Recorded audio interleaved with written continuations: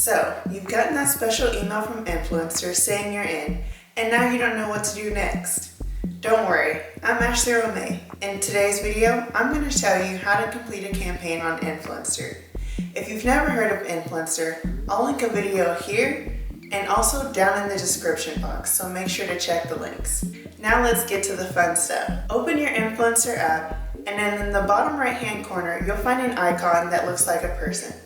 Tap on that, and then in the middle of your screen, you'll find your snaps and your campaigns. Each campaign has 4 different tabs: activities, community, discussion, and details. The activities that you'll be required to complete will vary depending on the social media accounts that you attach to your Influencer profile. When you have to post to Instagram, make sure that you add all of the required hashtags.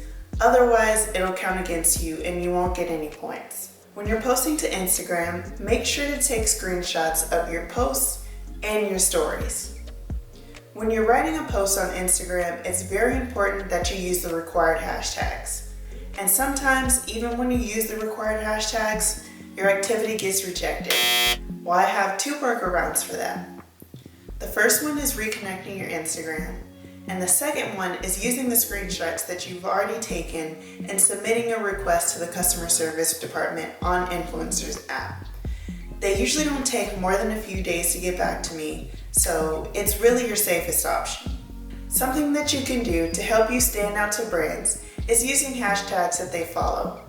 In order to find them, go to the brand's profile, click on following, and you should see the hashtags at the top. You can click on that and it'll give you all the details that you need, but make sure that you include the required hashtags as well.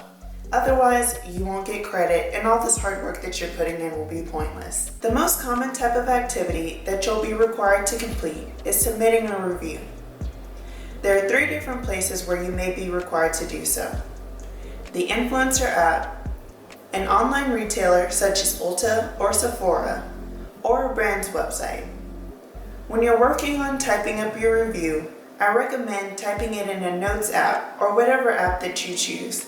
That way, if you have to post it in multiple places, you can just copy and paste and you don't have to put any additional thought into it. The community tab is where you'll be able to find posts from other influencers and see what they're sharing, and maybe you'll get some inspiration. The discussion tab is pretty explanatory.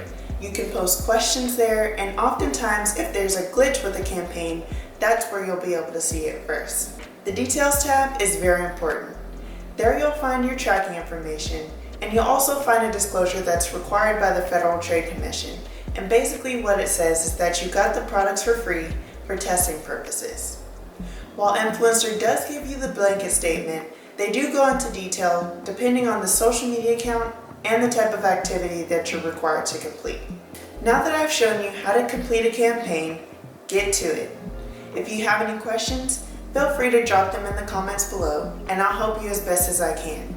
Thank you so much for watching, and I'll see you soon.